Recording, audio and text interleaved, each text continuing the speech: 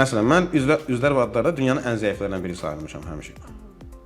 Bir növ mənim zəif Axil dabanım olub. Elə yarışlarda da, ondan yarışlarda da elə kim istəyirdi qarantiyalı xal, onu seçirdi. Orxan Ordayevin çərrəsində.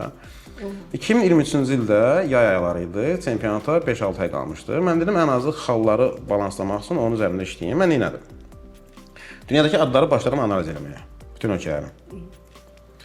Tanınmış simaların adları yoxsa ümumiyyətlə genel olaraq? Top 1000 adı seçdim. Top 1000 surname-də soy adı seçdim. Çünki yarışların hamısından düşür. Bütün ölkələri bölünür. Ayrıca bir dənə ad düşür. Rövşən. Baxsan göz. Hə.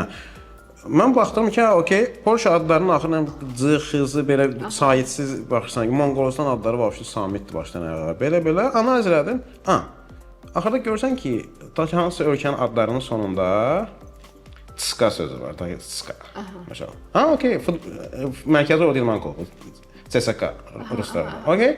Mən orada bir dənə loqo seçdim. Nə o adı görəndə, ta ki olacaqsa Naditska, mən o Tska yadda saxlamaq üçün loqo bir dənə lazımdır xəyalımda. Nal olacaq, o da atın nalı. Nalla Tskakanı birləşdirdim. Adı artıq Naltska deyil də, nalla bir loqonun deyək ki, bir at sadəcə loqo ilə gəzmək kimi beyində yadda qalır. Yadımdadır 2023-cü ildə dünya çempionatında 10 kateqoriyadan birində yanımda Alman oturmuşdu. Simon dünyanın ən güclüsüdür, üzlər və adlarda. Nəticə çıxanda məndə oldu 148 xal, onda oldu 116. Dünya çempionu olmuşam mən. Üzlər və adlarda 2023-cü ildə. Çox qəribə, yəni deməli Siz zəif bildiyiniz nöqtədə, amma hissələrə bölməlisən bir şeyi, analiz etməlisən. Lazım olanda yuxarıya qalxmalısan, lazım olanda dərinə girməlisən.